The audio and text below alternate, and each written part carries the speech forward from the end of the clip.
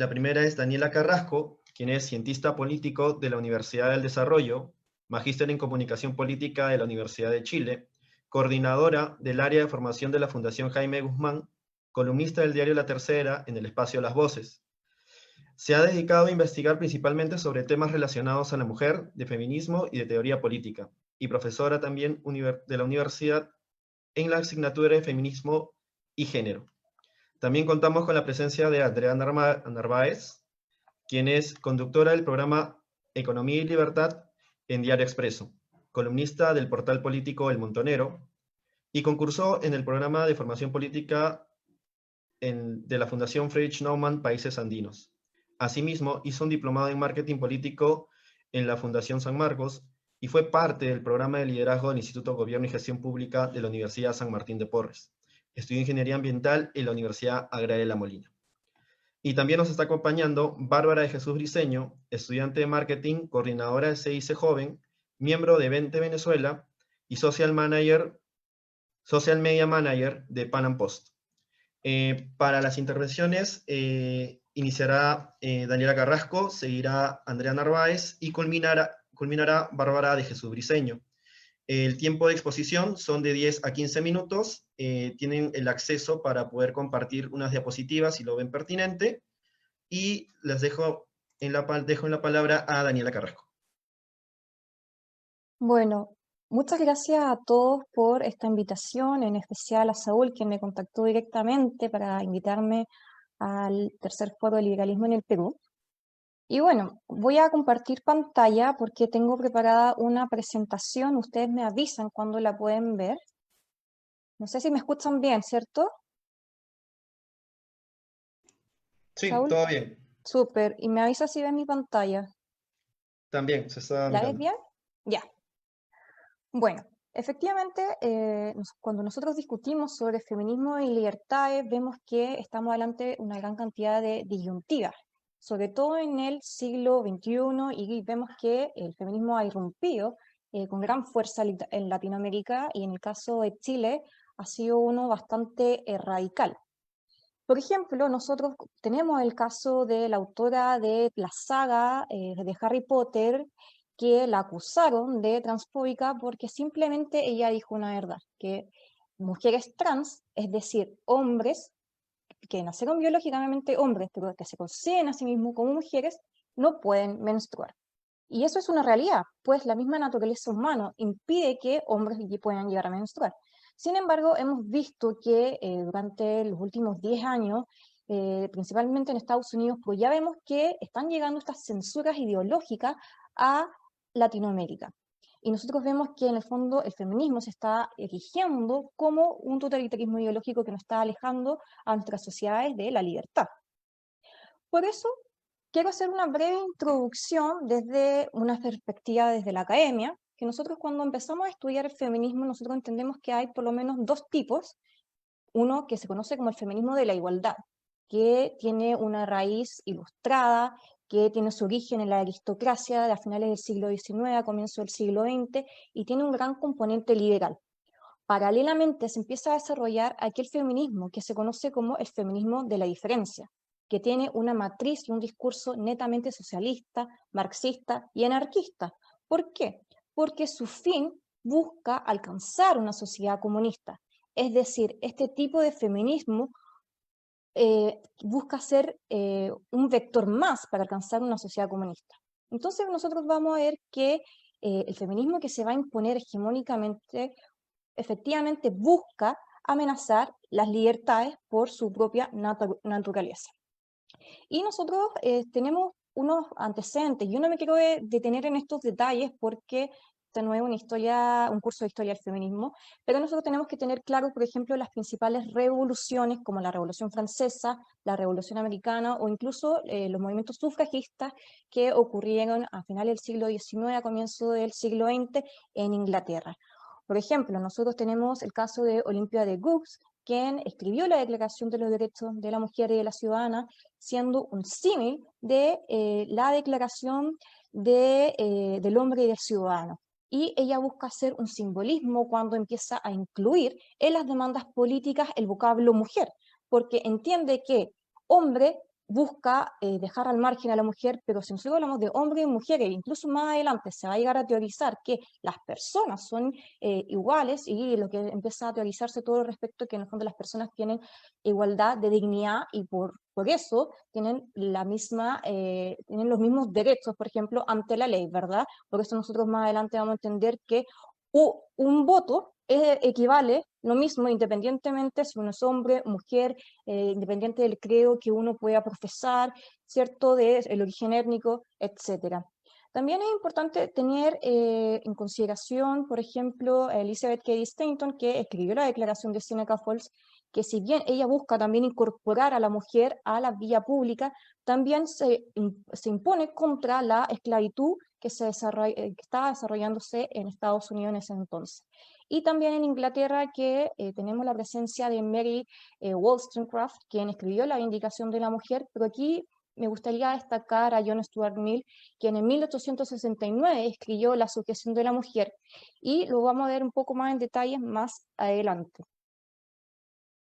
Bueno, primero, nosotros cuando vemos los orígenes del feminismo vemos que es un poco confuso, ¿verdad? Incluso dicen que el mismo término, el origen feminismo, tiene que ver con la medicina, pues cuando los hombres tenían tuberculosis y tenían una condición deplorable, se le decían que sus cuerpos se habían feminizado. Entonces el origen del término feminismo es despectivo. Sin embargo, vamos a ver que hay un cura filósofo francés, que es François Poulain de Lavar, que se le conoce como el padre del feminismo, y es sumamente relevante entenderlo dentro del contexto del feminismo de la igualdad, porque él concibe que la mente no tiene sexo, es decir, tanto hombres como mujeres tienen las mismas capacidades para lograr lo que ellos se propongan. Entonces, por ejemplo, va a escribir numerosos escritos como La igualdad de los sexos o u otros libros que en el fondo va a señalar que si bien hay una disparidad entre hombres y mujeres, la forma de lograr que las mujeres se puedan igualar al hombre es a través de la educación. Y aquí me voy a tener un poquito en John Stuart Mill, que me imagino que todos están familiarizados con su escritura. Para el propósito de esta exposición, me voy a enfocar en el libro que él escribe, La Sujeción de la Mujer, de 1869, que también se le conoce por otros títulos, depende de la traducción, como La esclavitud de la mujer o El sometimiento de la mujer. Y nosotros sabemos que John Stuart Mill, como uno de los padres del liberalismo clásico, entiende que nuestras libertades siempre se van a acabar cuando lleguen a perjudicar a otro, ¿verdad? Y en ese contexto, él también es muy consciente de la situación de la mujer en el siglo XIX, porque efectivamente una mujer, hay que entender que este feminismo liberal suele desarrollarse en las esferas aristocráticas, es decir, las mujeres que empiezan a levantar estas demandas es porque suelen tener una posición privilegiada, si se le quiere decir, pero no pueden alcanzar cuotas de poder. Entonces, efectivamente, hay una realidad que las mujeres aristocráticas, ilustradas, que se mueven en esferas liberales, empiezan a reclamar que también quieren influir en el poder. Y por eso John Stuart Mill, por ejemplo, yo recogí esta frase de su libro, que me voy a permitir leerla, que él dice que ella, la mujer, promete en el altar obedecerle toda su vida, y la ley la obliga a cumplirlo. Los casuistas dirán que esta obligación no alcanza la participación en el crimen, pero ciertamente se extiende a todo lo demás. Ella no puede hacer cosa alguna sin tener por lo menos el permiso tácito de su marido. No puede adquirir fortuna sino para él, tan pronto como le pertenezca una propiedad, aunque sea por herencia, es ipso facto de él. Aquí nosotros todos vamos a estar de acuerdo que, por ejemplo, si una mujer tiene herencia o tiene un propio patrimonio o ya en la actualidad, si una mujer en el fondo trabaja y tiene su propio sueldo, estamos de acuerdo que no corresponde que el hombre, ¿cierto?, el esposo o el padre o el hermano mayor administre en el fondo su patrimonio. Entonces nosotros vemos que John Stuart Mill es consciente de esta situación. Y aquí me gustaría mencionar que, por ejemplo, la primera traducción que se hizo de este libro al español fue por una chilena que se lleva por nombre Martina Barros Borgoña, que ella era justamente una aristócrata chilena que se movía en los círculos liberales de ese entonces. Entonces nosotros, para resumir brevemente, el feminismo de la igualdad siempre busca igualar a la mujer a las condiciones, tanto civiles, políticas, económicas, educacionales, etc. Es decir, ve tanto a la mujer como un igual hacia el hombre. Sin embargo, nosotros vamos a ver que en el desarrollo paralelo del feminismo de la diferencia se nos complica un poco el discurso.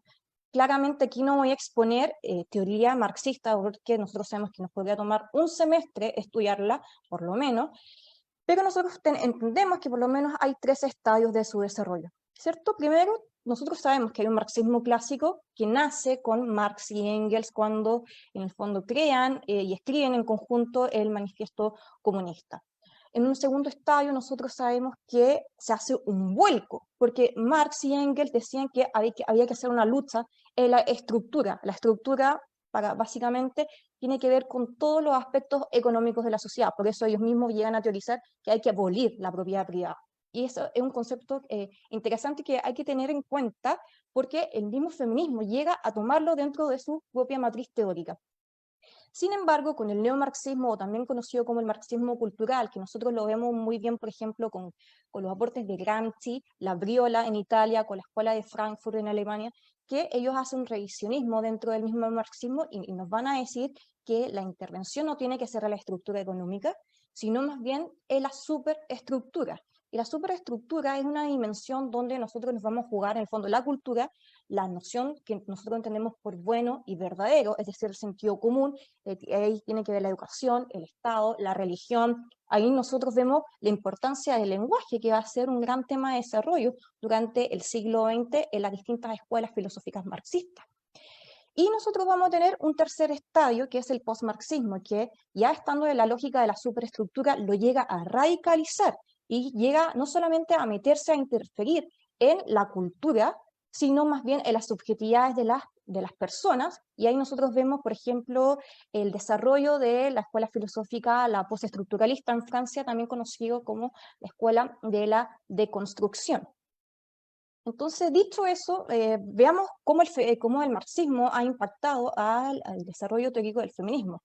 Por ejemplo, Engels, ya en este primer estadio del marxismo, escribió El origen del Estado, la familia y la propiedad privada, donde entiende que si hay una lucha de clases, es decir, hay un burgués opresor y hay un proletariado oprimido, esta dicotomía también se va a replicar dentro del hogar, porque entiende que dentro del hogar, marido y mujer, también hay una lógica de trabajo. Y esta división de trabajo, en el fondo, genera opresión. Por lo tanto, el hombre, nos va a decir Engels, es el burgués, el opresor, y la mujer es el proletariado. Y empieza a teorizar cómo el matrimonio causa conflictos de poder.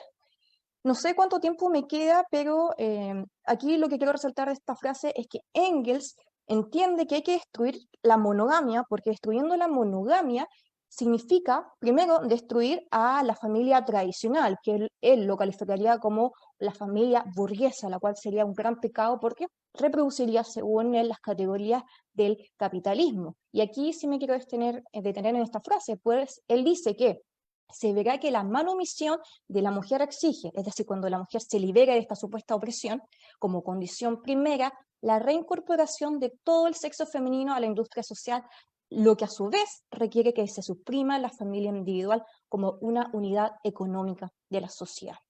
Y esto vemos que se replica fuertemente en los discursos que van a tomar las distintas feministas socialistas. Primero, estas mujeres, por ejemplo, como Clara Zetkin, Rosa Luxemburgo y Emma Goldman, ellas buscan distanciarse de aquellas mujeres sufragistas que se llamaban a sí mismas feministas porque ellas decían, este es un feminismo burgués.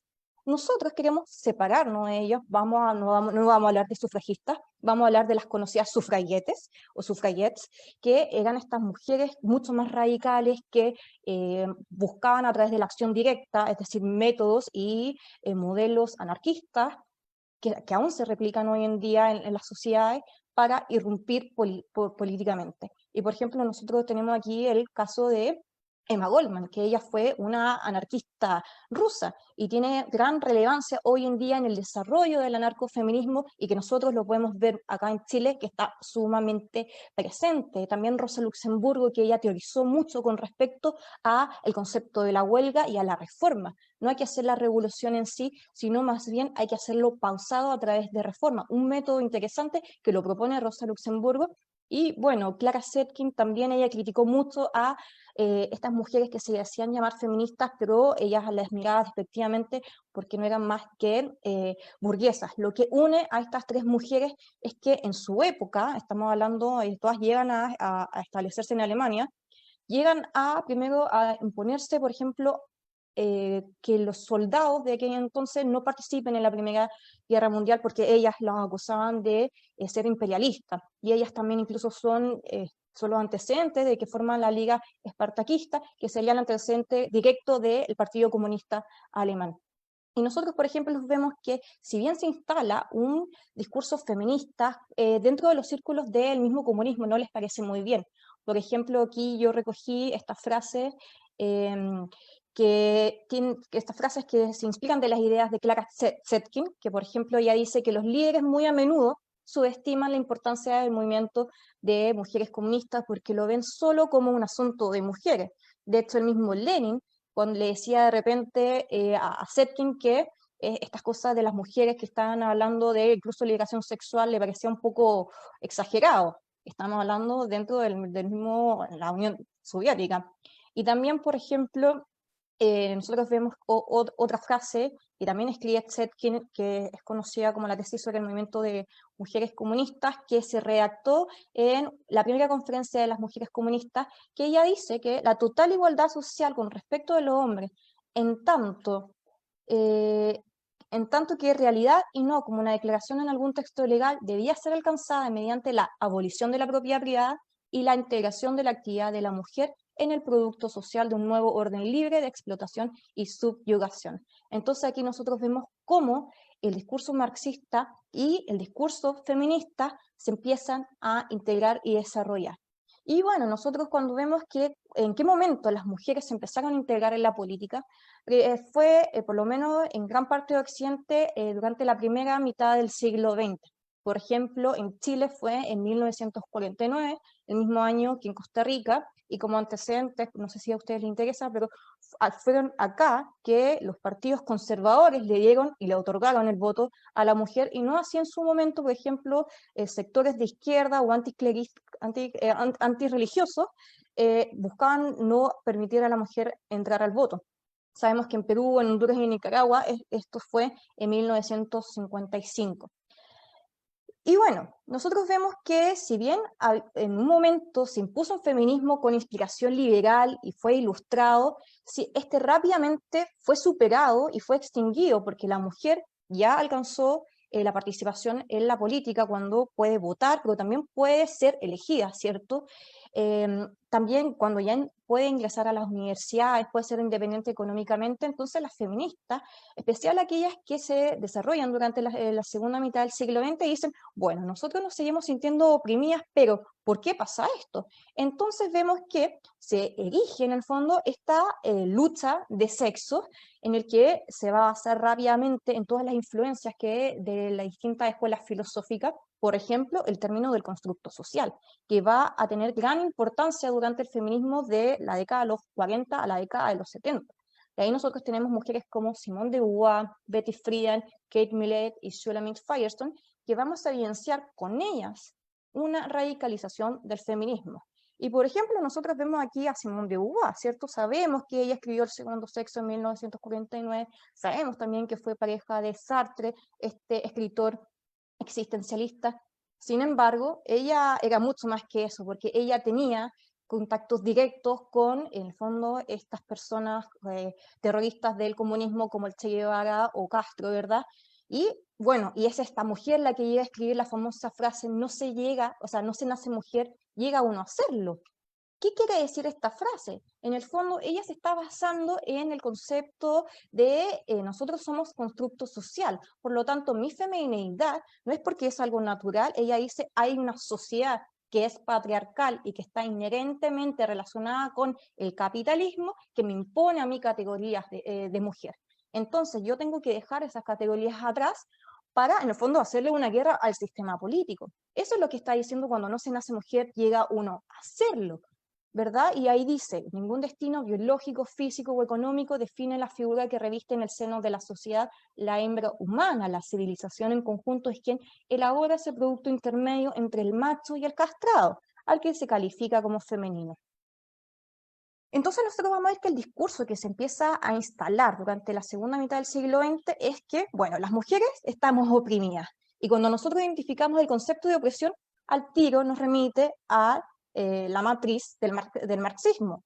Entonces ya dicen, bueno, si hay opresión, nosotros tenemos que emanciparnos. Pero vamos a ver que es la emancipación que van a proponer las feministas de corte comunista, entendiendo que se puede llegar al comunismo desde el marxismo, ¿cierto? O desde el anarquismo, dicen que, bueno, hay que erradicar la familia.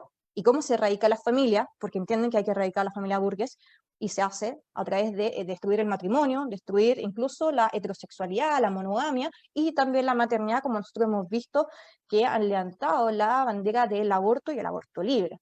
Pero no solamente eso, porque ellos van mucho más allá cuando buscan y proponen erradicar la masculinidad como la feminidad. Y ahí nosotros vamos a ver cómo la teoría de la deconstrucción entra a alimentar estos discursos, porque al final todo esto es una lucha contra el sistema patriarcal. Y ahí es cuando nosotros conocemos la famosa frase, lo personal es político, de Kate Millett. ¿Qué quiere decir esto? Es decir, nosotros entendíamos que las personas tienen una vida pública y una vida privada, pero si se busca abolir esta diferencia, en el fondo, si se construye, queda todo mezclado, por lo tanto, lo más íntimo del ser humano, es decir, la sexualidad, entra al campo político y por eso va a empezar a ser un campo de disputa política. Kate Millett lo dice muy bien en La política sexual, que este libro fue el resultado de su tesis de doctorado en filosofía, porque ella entiende que modificar cualitativamente el modo de vista equivale a transformar la personalidad, lo cual supone una liberación de la humanidad respecto de la tiranía ejercida por las castas económicas, raciales y sexuales, y por la adecuación a los estereotipos de naturaleza sexual. No sé cuánto tiempo me quedas, no sé si me puedes avisar, Saúl, no puedo ver el chat. Aquí también voy a presentar a Shulamit Firestone, que Sí, nosotros 2 minutos, disculpa que te corté, ¿2 Daniela, 2 minutos. minutos? Sí.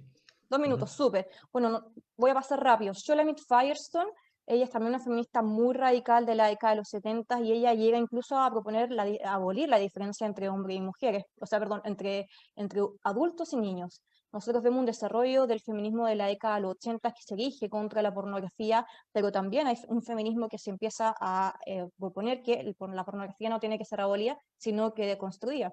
Y aquí nosotros cuando llegamos a la década de los 90, que entra la teoría queer y el enfoque de género, que en el fondo viene desde la psicología, entendiendo que el género sería el sexo plástico de las personas, y por eso Judith Butler va a llegar a proponer la performatividad del sexo. Es decir, yo puedo performar las categorías masculinas, femeninas como otros géneros, y aquí ya no vamos a hablar más de sexo, hombre y mujer, sino de género. Y aquí ustedes, si quieren ver un poco de esta literatura de esta línea, aquí se las dejo. Y aquí les voy a contar un poquito breve, me demoro 1 minuto y medio, sobre lo que pasó en Chile. Por ejemplo, nosotros vemos que en Chile estalló muy fuerte un feminismo sumamente radical, que es el hegemónico que está dando dirección y conducción al movimiento. Y por ejemplo, aquí les muestro una frase de un documento narcofeminista chileno, que ellas dicen que nuestro feminismo no es para policías ni burguesas, sino que contra las estructuras de las que ya hacen parte. Y si nosotros vemos que el feminismo actual, en el fondo, se impone contra todo imaginario sociopolítico que representa a la derecha, uno a veces se pregunta por qué hay mujeres que se consideran de derecha, ya sean conservadoras o libertarias o liberales, y por qué apoyan el feminismo, ¿verdad? Y nosotros vemos que ha tenido una gran adherencia, vimos que cada vez se ha radicalizado más acá en Chile, en las revueltas del año pasado lo vimos explícitamente. Y nosotros sí vemos, bueno, el feminismo ha contribuido a la mujer a ser más libre. Creo que no, porque incluso vemos que en Wall Street los empresarios evitan contratar a mujeres, ¿verdad? Entonces, para cerrar, algunas reflexiones. Yo creo que el feminismo, sobre todo el que está instalado hoy en día, que es un feminismo de la diferencia, es decir, un feminismo alimentado por matrices marxistas y está actualmente en su estadio más radicalizado, creo que nos aleja de las sociedades libres porque en un primer momento, quiero dejar de compartir pantalla, no sé cómo hacerlo. En la parte superior hay un letrero verde que dice compartir pantalla y en el lado derecho hay un botón rojo que dice detener. Ah, súper, ya, súper. Entonces, para ir cerrando mi reflexión, yo creo que el feminismo que está instalado actualmente creo que nos aleja de las sociedades libres, creo que no contribuye nada a la mujer porque primero a veces nos pone en un lado como las mujeres no tienen las propias capacidades para lograr sus propios objetivos y efectivamente se está imponiendo como un totalitarismo ideológico que nos dice qué es ser mujer y en el fondo qué podemos hacer y qué no. Pero qué pasa cuando las mujeres libremente deciden hacer algo que la agenda feminista no se propone? Somos fuertemente atacadas, ¿verdad? Entonces dejo mi presentación hasta acá, me imagino que después vamos a tener una ronda de preguntas para que la siguiente exponente pueda presentar. Y les mando un saludo tanto a Bárbara como a Andrea, un gusto conocerlas y gracias, Saúl. Muchas gracias, Daniela. Y sí, vamos a tener la ronda de preguntas en la parte final. Dejo en la palabra a Andrea Narváez. ¿Cómo están? Daniela, qué gusto, excelente exposición. Un saludo a Bárbara, gracias a Saúl. Felicitaciones a todos los organizadores del Foro Liberal, que es uno de los eventos más importantes que se transmite en nuestro país. Y bueno, en este bloque nos convoca el tema feminismo y libertades y vamos a tocar distintos aspectos y sobre todo la crítica al feminismo moderno, ¿no? Ese feminismo que la verdad es que nos pintan pajaritos y nos dicen que las mujeres necesitamos más privilegios para lograr la igualdad. Bueno, voy a hacer una breve introducción, creo que Daniela lo ha hecho excelente, voy a hacer un repaso histórico, luego nos vamos a trasladar al plano político para ver cómo funciona todo esto, ¿no? Porque vemos muy bien que estos movimientos feministas han estado trabajando durante décadas y justamente lo que vemos hoy en día en los congresos, los parlamentos de nuestros países que se están aprobando leyes prácticamente absurdas, es producto de todo este trabajo de esta izquierda que ha estado trabajando, ¿no? Durante todas estas décadas. La primera, en las olas del feminismo hay varios autores, algunas las clasifican entre 4 o 3, pero por consenso he tomado las 3 olas para poder describir bien todo este proceso histórico. La primera ola del feminismo se origina, ¿no?, en los tiempos del Renacimiento, entre el siglo XV y XVI, en ese periodo de transición de la Edad Media a la Edad Moderna. En estos tiempos surgen aires intelectuales y que inspiran obras a favor de la mujer, por ejemplo, La ciudad de las damas de Christine Pizan en 1405, La igualdad de los sexos del sacerdote Fulán de la Barre en 1671, De la nobleza y la preexcelencia del sexo femenino de Cornelius Agripa, La mujer honesta, que habla sobre la educación abierta del sacerdote Dubos. Toda esta ola se va a expresar con mayor fuerza gracias a las nuevas condiciones sociales, económicas y políticas que se van a derivar de las revoluciones de inspiración liberal, ¿no? Más o menos en el siglo XVIII, y justamente en esta etapa germina este capitalismo liberal que nos traerá nuevas condiciones de vida, no solo para las mujeres, ¿no?, principalmente para los hombres, y luego posteriormente las mujeres fueron ya acoplándose a estos modelos que facilitaron la vida de todos, tanto en el campo, en el hogar, para hombres y para mujeres. En esta primera ola hay 3 aspectos o 3 puntos importantes que se pide a favor de la mujer. Uno es el acceso a la ciudadanía, el derecho al voto. Nosotros juzgamos esta época con los matices o de acuerdo a nuestras perspectivas actuales, probablemente no le vamos a comprender, pero si juzgamos de acuerdo al contexto histórico, vemos que en aquellos tiempos el hombre es el que llevaba la carga pesada, ¿no? Y bueno, no había otras alternativas, la mujer tenía que quedarse en casa, cuidar a los hijos, y bueno, la mujer tenía una figura virtuosa, entonces no habían otras alternativas antes de esta formación o este sistema capitalista que luego nos trae nuevas oportunidades tanto a hombres como para mujeres, ¿no? Y para esto el hombre conocía más de los temas civiles, estaba más enterado de las cosas, por lo tanto él era o tenía derecho al voto. Bueno, y la mujer en esos momentos estaba pues más relegada a los temas del hogar. La obra fundacional en toda esta ola, tenemos el libro de la Vindicación del Derecho de la Mujer, que es de Mary Wollstonecraft. que se centra principalmente en la igualdad de la inteligencia de las mujeres y de los hombres para la reivindicación de la educación femenina. El voto a favor de la mujer se logra en distintas etapas, ¿no? Ha sido muy peleado, no fue una cosa muy fácil. Hubo muchos debates que se dieron a lo largo de la historia. En Inglaterra se logra por fin en 1918, en Francia en 1945, en Estados Unidos en 1918, y en nuestro país, en Perú, en 1955, pero el primer debate que se da es en la Asamblea Constituyente de 1931. Entonces vemos que ha tenido que pasar muchos años para lograr este voto femenino a favor de todas las mujeres, ¿no? Las revoluciones liberales trajeron libertad e igualdad al inicio solo para los hombres, y ya luego las mujeres fueron acoplándose a estos beneficios.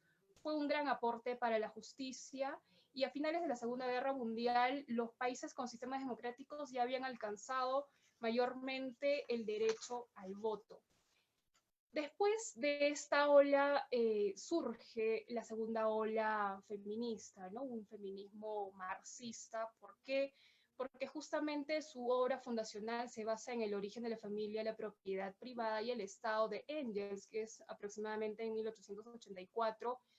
Principalmente en esta ola hay un ataque al capitalismo, a la propiedad privada. Se dice que la mujer es propiedad del hombre, que la mujer es oprimida y que el hombre es el opresor, y que para que la mujer sea realmente libre tiene que liberarse y deshacerse de esta institución que la oprime. Mayormente en esta obra o en esos tiempos, estas parafernalias discursivas se centran, ¿no?, en revalorar los matrimonios en grupo, como en las épocas primitivas, ¿no?, donde predominaba el matriarcado, porque la mujer era la que podía controlar los hijos que tenía. Supongamos que un hombre, bueno, se acostaba con 1000 mujeres y había pues un alboroto, un desorden, todos contra todos, y al final la persona, la mujer podía saber cuáles eran sus hijos, ¿no? Y de acuerdo a esto ella podía gobernar en casa, podía saber administrar las cosas, y bueno, el hombre era errante y podía hacer lo que mejor le parezca, ¿no? No había un orden en esos tiempos, no estamos hablando en estas épocas primitivas, y para Engels decía que las mujeres de estos entonces eran mucho más libres, gozaban de mejor condición que las mujeres casadas de la civilización. Engels decía que la aparición de la propiedad privada derrocaba el paraíso comunista matriarcal, y justamente traía un régimen de dominación masculina. Es por eso que aquí surge la lucha, o la famosa lucha contra el patriarcado, ¿no? Revalorando este paraíso comunista matriarcal de épocas primitivas.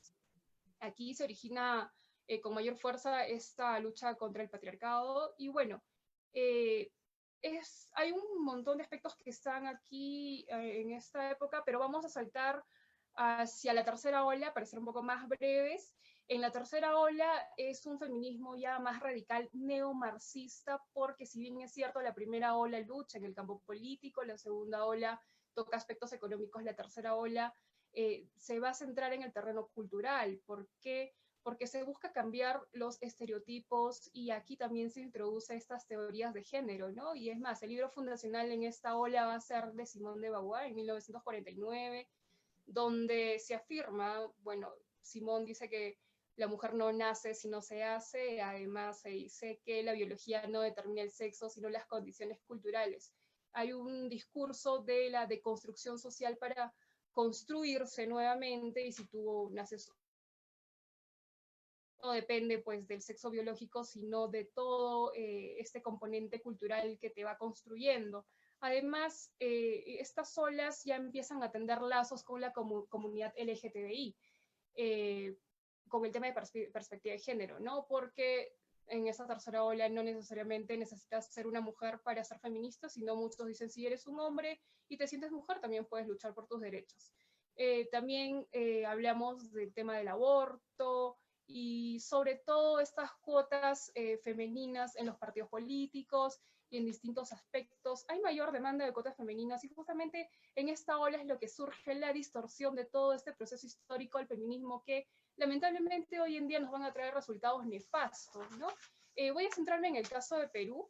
Yo sé que en varios países de Latinoamérica, la región y a nivel mundial también se están dando grandes cambios con respecto a las leyes, pero en nuestro país hace pocos días se llegó a aprobar el proyecto paridad y alternancia, ¿no? En la cual se hablaba de que las cuotas o las listas al Parlamento o a los distintos sectores políticos tenían que estar conformados por 50% de mujeres y 50% por varones. Personalmente esto me parece totalmente absurdo, porque lo que estaría primando sería pues la mediocridad y no la meritocracia. 50% de mediocridad y 50% de meritocracia. La verdad es que si las listas se van llenando de acuerdo al reglamento o a las normas que ellos ponen, el 50% si se copa tanto por hombres o por mujeres, el siguiente 50% va a ser ocupado por el sexo opuesto. Entonces ya no va a primar la meritocracia, sino simplemente tratar de cumplir estas cuotas necesarias. Y bueno, el respaldo teórico que estas leyes tienen se basan, por ejemplo, en la ONU, en la Defensoría del Pueblo, en el Jurado Nacional de Elecciones. La ONU, según la ONU, advierte que hay peligro para las mujeres, ¿no? Dentro del liderazgo y la participación política, tanto en los puestos directivos, en los partidos y en otros cargos administrativos de gestión pública, privada.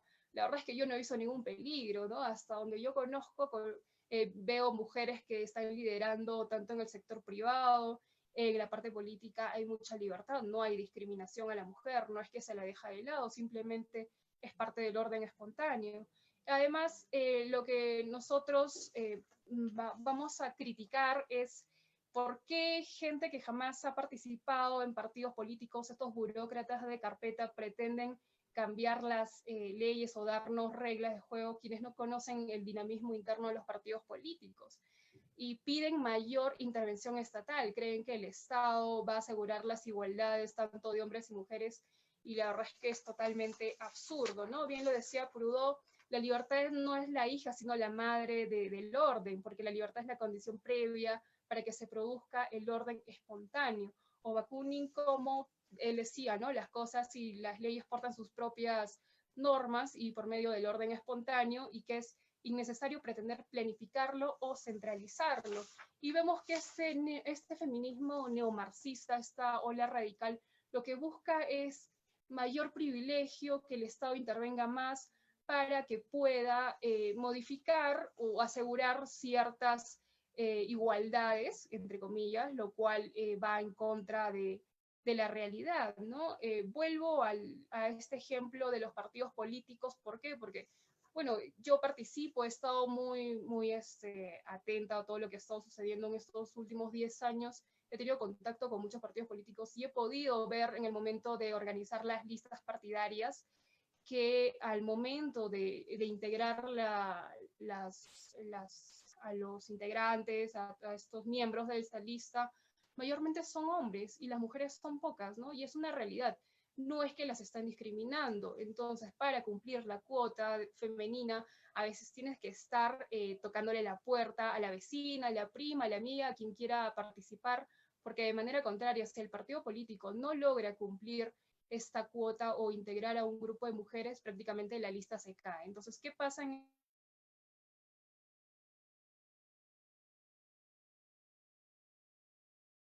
con lo que encuentras, ¿no? Además, atenta contra la voluntad de las personas, lo vuelvo a repetir, contra el orden espontáneo, porque puede haber escenarios en que las mujeres sean un 90%, o tal vez los varones un 90% de las listas. Además, tengo 3 ejemplos nefastos que se dio en nuestro país, y justamente en estas últimas épocas de pandemia y crisis sanitaria.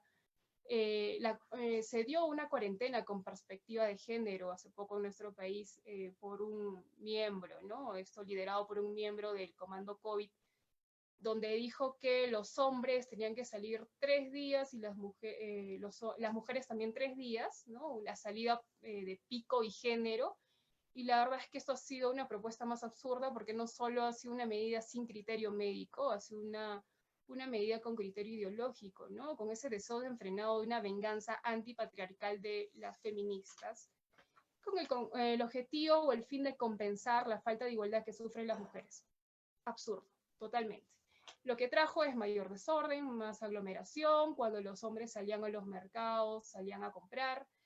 bueno, la verdad es que se aglomeraba todo, había mujeres que arrastraban bolsas pesadas porque no tenían la ayuda de la fuerza física del hombre, y si habían hombres que hacían las compras eran mínimos, ¿no? Porque la verdad es que si hay hombres que saben de compras, estas cosas del mercado, son pocos.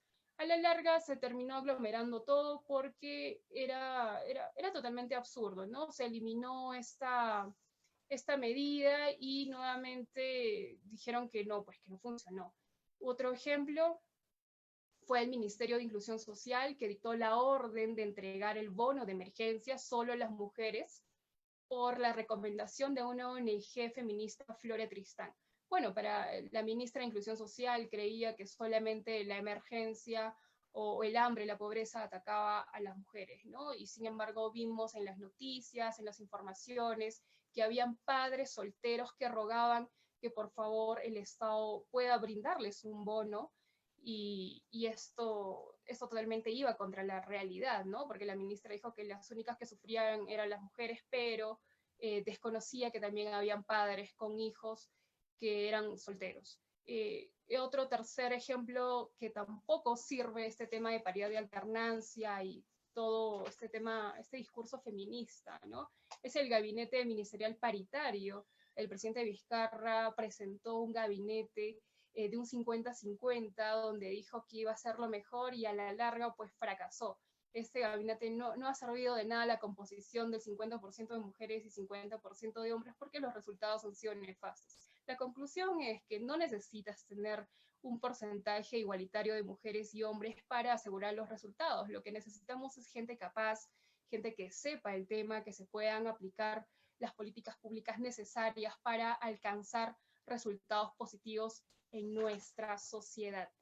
Y bueno, lo que realmente queremos es menos Estado y más libertad. Vemos que las nuevas olas feministas lo que buscan es más intervencionismo estatal. Por ejemplo, en el tema del aborto pretenden que el Estado también financie todo esto, y es realmente meternos a más problemas, ¿no? Termino con una frase final de Mises, que el feminismo, si realmente se limita en los temas políticos y económicos, es parte del movimiento liberal, pero si este feminismo va a ir a trastocar, tergiversar o distorsionar las instituciones naturales o el orden natural, entonces sería un hijo espiritual del socialismo.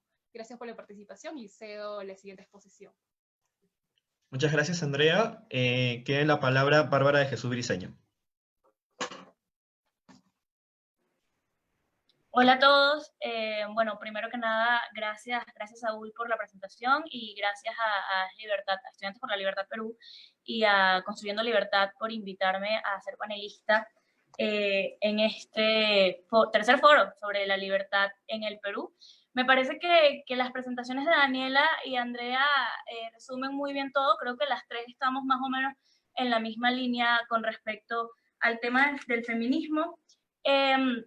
Y tal cual como ellos empiezan haciendo más o menos un recuento histórico, perdón, voy a empezar yo también, ¿no? Y voy a empezar diciendo algo que me parece importante destacar y que siempre que hablo de este tema recuerdo, porque me parece que es algo que quizás se ha olvidado, y es que el feminismo realmente viene de principios liberales y tiene su base en el liberalismo, a pesar de que hoy ha sido una bandera que nos ha robado la izquierda, que nos ha robado el socialismo, quizás porque nosotros los liberales, y esto deberíamos quizás hacer una autocrítica también, nos hemos enfocado más en temas quizás más hacia lo económico, y hemos dejado de lado temas sobre libertades civiles y temas sociales, y por allí la izquierda ha encontrado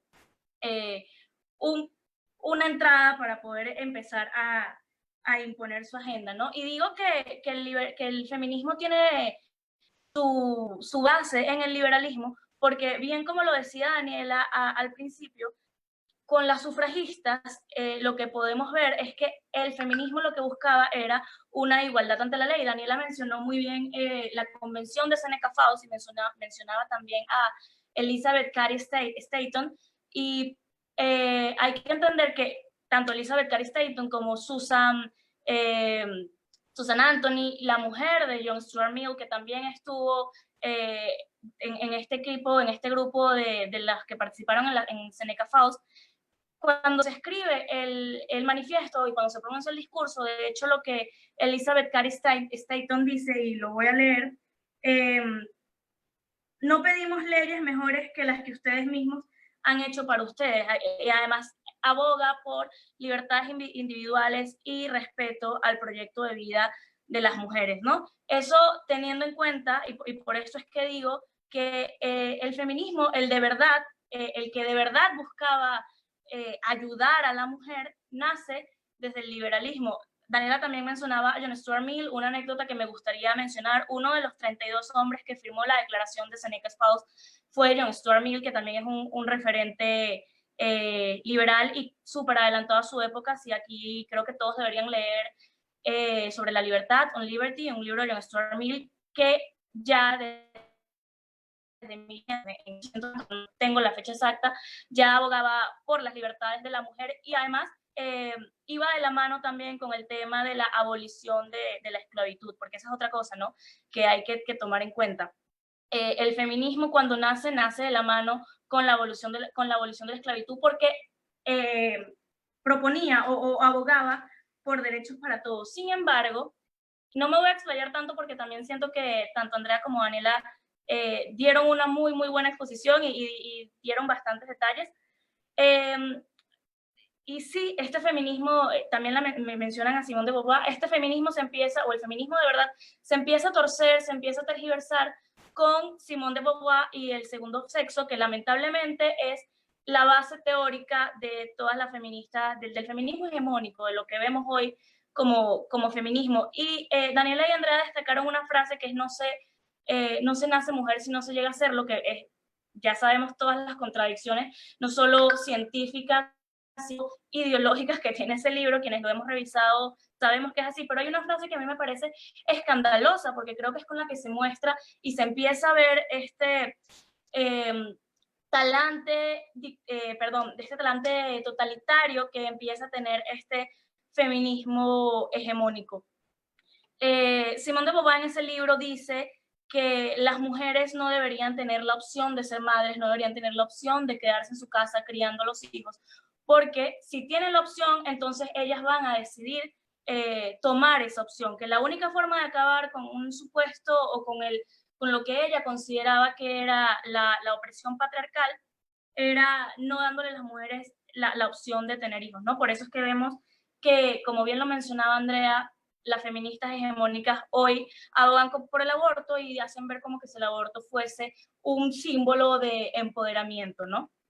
Y además ver que aquí ya empieza lo que estaba diciendo, el talante totalitario del feminismo, porque ya no es una cosa de libertad para la mujer para que ella decida, o lo que abogaba el feminismo de primera ola, derechos políticos, de igualdad ante la ley, sino que es un tema de yo que soy de mi grupo de feministas hegemónicos, yo te impongo a ti qué tienes que hacer, y es un desprecio total por el proyecto de vida, que al final del día ese es el liberalismo, que eso es el liberalismo, el respeto por el proyecto de vida, es un desprecio total por el proyecto de vida que pueda tener alguna mujer, porque si una mujer decide tener 3 hijos y quedarse en la casa criándolos, entonces significa, o para estas mujeres significa que tú estás oprimida y que estás tomando el camino incorrecto, por decirlo así, ¿no?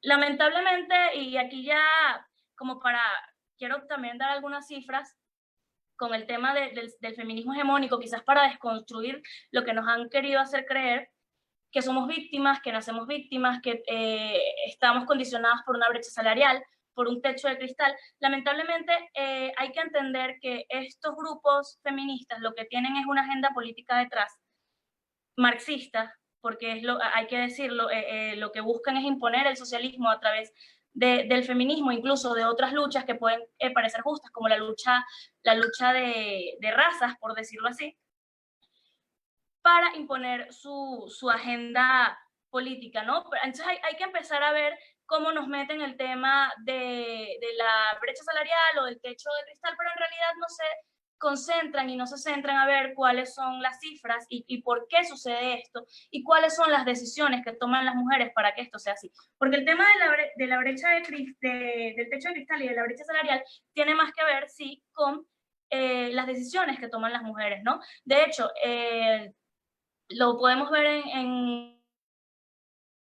y las mujeres prefieren trabajos part-time porque siempre piensan en que quieren ser madres. Hay que decirlo también, el instinto materno es un instinto natural de la mujer, eso es un hecho comprobado científicamente, aunque algunos lo quieran acallar. Pero 67% de las mujeres, según el INDEC, el Ministerio de Producción de Trabajo, Empleo y Seguridad de Argentina, para el 2017, 67% de las mujeres en Argentina preferían un trabajo part-time que un trabajo a tiempo completo. En Londres, un 44% de las mujeres prefieren trabajos part-time, esto es según el British Household Panel Survey. Estas son cifras del 2019. La cifra de Argentina es parecida en toda Latinoamérica. No recuerdo exactamente cuál es la cifra de Perú, pero sé que en toda Latinoamérica es parecida. Entonces no es un tema de que hoy exista una brecha salarial o que hoy exista un techo de cristal que nos tienen impuesto y que nos evita llegar hasta donde queremos llegar, sino que es un tema de que las mujeres solemos tomar o irnos por trabajos que requieren menos esfuerzo para poder dedicarnos a otras cosas. Ojo, claramente esto no es generalizado, pero son las cifras. Y digo que no es generalizado porque creo que todos los testigos, y hemos visto que cuando una mujer se propone llegar a donde quiere llegar, lo alcanza, ¿no? O sea, por eso es que hoy hay mujeres que son presidentes, por eso es que hay mujeres que son senadores. Sin embargo, sin necesidad de leyes de cuotas, porque hay que tener en cuenta también que este tema de las leyes de cuotas es discriminación positiva y, como bien lo decía Andrea, acabas con la meritocracia y al final del día, por darte el puesto a ti, se lo terminas quitando a alguien que sí lo merezca y allí también hay discriminación. ¿Qué hacemos con eso entonces? Eso por un lado. Y por otro lado, lo que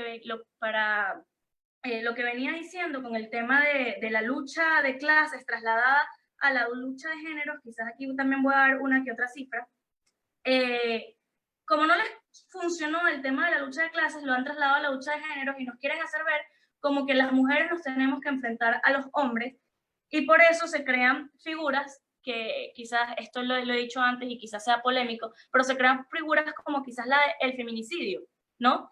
Que es hacer ver como que si las vidas de las mujeres importaran más que la de los hombres. Eso por un lado, que ese es mi primer problema, ¿no? Cuando en realidad si nos vamos a ver a las estadísticas, por lo menos en México y en Argentina, el 90% de los asesinatos son contra los hombres, contra los varones.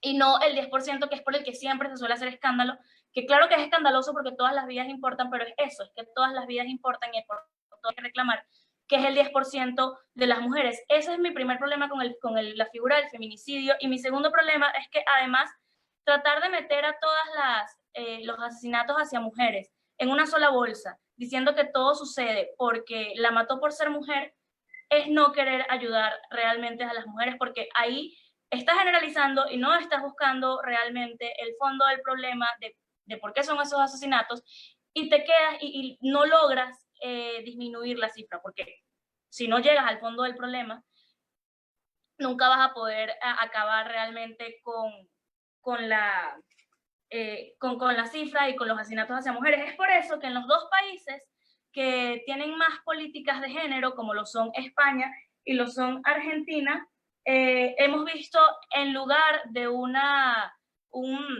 decaimiento de la cifra de feminicidios, hemos visto más bien que ha habido más feminicidios, ¿no? En Argentina, en España en el 2019 la cifra aumentó un 102% y en Argentina en el mismo año un 39%.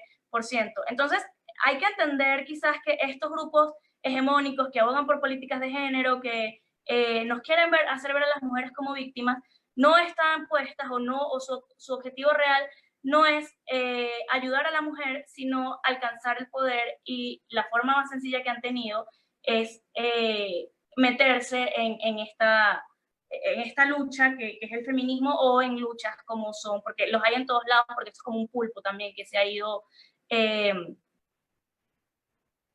se ha ido infectando todo. También en los sociales, ¿no? Y yo creo que me gustaría cerrar quizás una reflexión final. Muchas veces en nuestros países, quizás no tanto en el mío, porque aquí tenemos problemas, yo soy de Venezuela, aquí quizás tenemos problemas más importantes de los cuales preocuparnos que temas como feminismo o aborto. Primero tenemos 75% de desnutrición infantil, creo que en eso nos hemos enfocado más. Pero quizás sí en Latinoamérica, y cuando yo he viajado a otras partes de Latinoamérica lo he visto, que muchas veces gente que se une a estas luchas con una intención genuinamente buena, no se da cuenta que está haciendo tontos útiles a socialistas, ¿no? Lo que quiero decir es que pensemos bien y analicemos bien antes de apoyar algo, cuáles son sus bases ideológicas, qué hay detrás, cuál es la agenda política que tienen, porque esta gente siempre tiene una agenda política antes de salir a apoyar a las feministas hegemónicas en este caso, porque al final del día lo que quieren acabar con, o lo que buscan hacer, lo que quieren acabar con nuestra libertad. Entonces, sí, eso para cerrar y bueno, gracias a todos por la invitación. Creo que ya podemos empezar a la ronda de preguntas. Sí, muchas gracias, Bárbara. Vamos a responder 2 preguntas. Se van a lanzar para que las pueda responder cada una en un turno. La primera pregunta es de Jefferson Vidalón. Dice, quisiera saber la posición con respecto a la vida de un no nacido y a la libertad de abortar de una madre. Es un tema muy tocado en el feminismo que produce debates entre liberales y liberales. Así que en esta ocasión vamos a comenzar la última presentación hacia la primera. Bárbara, tiene espacio de 1 minuto poder responder esta pregunta. Gracias. La vida de un no nacido y la libertad de abortar de la madre. Bueno, yo creo que, y esto es un hecho científico, está comprobado que desde la concepción hay vida. Y hay un artículo de Alberto Venegas Lynch que a mí me gusta mucho, y que yo voy más o menos por esa posición con el tema del aborto, es que quizás las feministas para vender el aborto lo hacen ver como, bueno, es que a las tantas semanas todavía no tiene vida, no tiene sistema nervioso, es un cigoto. Creo que hay que entender, y aquí me voy quizás hacia la parte de la antropología filosófica, que hay niveles de vida y que hay potencialidades, y que no es lo mismo hablar de una semilla de un árbol que hablar de un cigoto de una madre que tiene potencialidad de vida humana. Yo creo que también una máxima liberal es tus derechos se acaban donde empiezan los míos, y un derecho principal es el derecho a la vida. Claramente la madre tiene una vida, pero la vida que está cargando dentro de sí es otra vida. Y si no fuese así, entonces, ¿por qué por decirlo así, contradicción dentro de los sistemas jurídicos de nuestros países, donde si se asesina a una mujer embarazada, se toma como un doble homicidio, pero si alguien aborta no es considerado un homicidio, ¿no? Eso habría que pensarlo. Muchas gracias. Andrea, por favor. Bien, sí, la esencia del liberalismo justamente defiende la propiedad privada, la vida, la libertad, y el ser humano es un ser humano desde la concepción, entonces no podemos decir que asesinarlo sería pues parte de la libertad, ¿no? Estaríamos cortando con sus derechos. Y lamentablemente pues este feminismo hegemónico trata de tergiversar esto y vendernos la idea de que el ser humano recién tiene o es considerado ser humano en la 3ª o 4ª semana, lo cual es absurdo. Va en contra de las teorías científicas ya comprobadas. Entonces la ideología no nos puede vender otra cosa. Además, si es que la mujer quiere abortar, bueno, lamentablemente será una decisión propia, pero tiene que ser consciente de que está asesinando a un ser humano. Exacto. Muchas gracias. Daniela. Bueno, con respecto a esta pregunta, me encanta que este panel, tanto Andrea como Bárbara, concuerden que la vía nace desde desde la concepción, ¿verdad? Y ahí nosotros partimos desde el punto de que nosotros como la derecha política, entiéndase conservadores, liberales, libertarios, nosotros siempre estamos defendiendo la vida, y eso mismo lo teorizan los mismos liberales clásicos, es decir, nosotros podemos permitir la agresión cuando vemos en riesgo nuestra propia vida. Entonces, si nosotros vemos esta discusión dentro de las corrientes liberales, ¿por qué los liberales podrían estar a favor del aborto? Yo creo que la discusión aquí tiene que ser mucho más profunda, en el sentido de qué implica el aborto, porque esto es en el fondo el aborto, cuando lo proponen desde la teoría, las distintas feministas buscan abortar tanto el patriarcado, buscan abortar el capitalismo, en el fondo buscan abortar a Occidente. Es decir, no es solamente el asesinato de un bebé no nacido, que ya hemos visto en algunos casos, por ejemplo, en el estado de Nueva York, que en un momento aprobaron el aborto hasta los 9 meses, es decir, eso era un infanticidio. Yo creo que nosotros sí creemos en la libertad siempre conlleva responsabilidad y nunca tenemos que pasar a llevar la vida de un no nacido. Gracias. Muchas gracias. Y la última pregunta, que es por parte de Diego Cardoso. igual para las tres. ¿Cree usted que el feminismo logró más cosas en el pasado a diferencia de hoy que proclaman la libertad de una forma escandalosa? Comenzamos con Daniela. Disculpa. ¿Me podrías dar la pregunta, por favor? Que no la Sí, entendí. cómo no. ¿Se escucha Se me bien entregó un ahora? poco. Sí, en una pregunta de Diego Cardosa. Sí. ¿Cree usted que el feminismo logró más cosas en el pasado a diferencia de hoy que proclaman la libertad de una forma escandalosa? Daniela, inicia, por favor. Ya, perfecto. Bueno, yo creo que en el fondo el feminismo nos aleja de las libertades, ¿no? No te escuché muy bien la pregunta, estoy buscando aquí la pregunta en los comentarios. ¿Se me escucha? Creo que ¿Puedo repetirla? Sí, por favor. ¿Cree usted que el feminismo logró más cosas en el pasado a diferencia de hoy que proclaman libertad de una forma escandalosa? Ya, perfecto. Ahora sí te entendí. Muchas gracias, Saúl.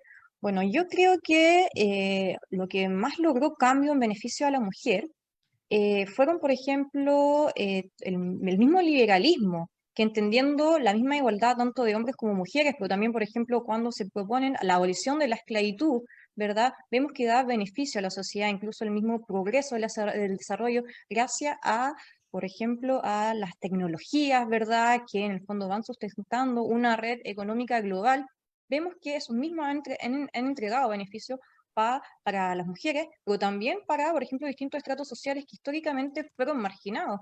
Es decir, nosotros vemos que Occidente, principalmente que se basa en un sistema capitalista, si bien nosotros podemos entender que hay unos matices que sí son necesarios corregir, han sido beneficiosos no solamente para mujeres, sino también para, por ejemplo, quienes históricamente quizás por su origen siempre estuvieron marginados. Y yo creo que si bien en un comienzo, quizás desde los movimientos ilustrados que se alimentaban de discursos liberales, fueron los que dieron este empuje hacia las mujeres. Y yo creo que el actual feminismo no trabaja en beneficio de la mujer, de hecho nos discriminan, por ejemplo, quienes nos comulgamos con el discurso hegemónico actual, nos suelen en el fondo atacar, nos suelen marginar, ellas mismas dicen, acá en Chile suelen decir una famosa frase que dicen que ni la paca, ni la facha, ni la cuica son mujeres a defender, es decir, ni la mujer carabinero, la mujer policía, ni la mujer que pueda tener un estrato socioeconómico alto, o una mujer que comulgue con las ideas de la derecha, son mujeres a defender. O sea, ese es el feminismo, es el calibre del feminismo que está instalado hoy en día acá en Chile, se ve sumamente radicalizado, sé que en Argentina también está pasando igual, tal como en España. Entiendo que en otros lugares de Latinoamérica este feminismo no está tan avanzado, pero ojo, para allá van. Muchas gracias. Gracias. Andrea, por favor. Se trata si se consiguió más o menos, se trata de que se consiguió lo justo. ¿Por qué? Porque justamente las mujeres accedimos a igualdad de derechos y fue un gran aporte a la justicia. Por lo tanto, este proceso histórico se iba a dar tarde o temprano y la mujer tenía que acoplarse a este modelo que se venía ya germinando. Entonces, tampoco puedo decir que fue una gran lucha de la mujer y que gracias a ella se hizo tantas cosas. Tarde o temprano se iba a alcanzar esto porque en estos procesos históricos ya veíamos la instalación de este modelo capitalista liberal que realmente llevaba a que el hombre pueda tener mayor beneficio y por lo tanto la mujer también tenía que salir de casa y participar de este proceso para lograr una igualdad en ambos, ¿no? Yo creo que el feminismo actual es un feminismo hegemónico, particularmente para mí es terrorista, porque como lo decía muy bien Daniela, si tú no estás de acuerdo en unos aspectos te marginan, te agreden verbalmente, incluso hay agresiones físicas que las he visto en unas marchas feministas o con algunas mujeres que están en contra del aborto. Entonces lo que hoy día vemos es una distorsión de ese feminismo y es una cosa que realmente la aborrecemos quienes la defensa de la libertad y quienes no estamos de acuerdo con estos vicios de la libertad. Muchas gracias, Andrea. ¿Bárbara? Ok, como bien lo decía Daniela, al principio que es un tema de cómo el feminismo se abrazó a las ideas y a las bases del liberalismo, era algo que iba a suceder tarde o temprano, el tema de los logros, ¿no? El tema de los derechos políticos, el tema de poder heredar, de poder ir a la universidad, porque lo que se buscaba y lo que, así tal cual como sucedió con los negros, lo que se buscaba era igualdad ante la ley. Siempre que se busque igualdad ante la ley y se abogue por la igualdad ante la ley, claramente los resultados van a ser buenos. Lo que está sucediendo hoy y lo que con el feminismo, lo que entendemos hoy por feminismo, este feminismo hegemónico,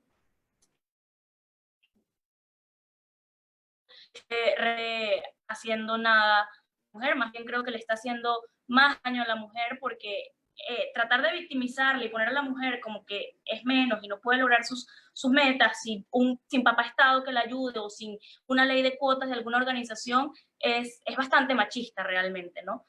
Yo siempre digo que no hay empoderamiento, no existe el empoderamiento desde la victimización, así que creo que por lo que hoy reclaman las feministas son luchas que ya fueron conquistadas y lo que, como dije en mi presentación, lo que hoy intentan hacer es a beneficio propio poder llegar al poder.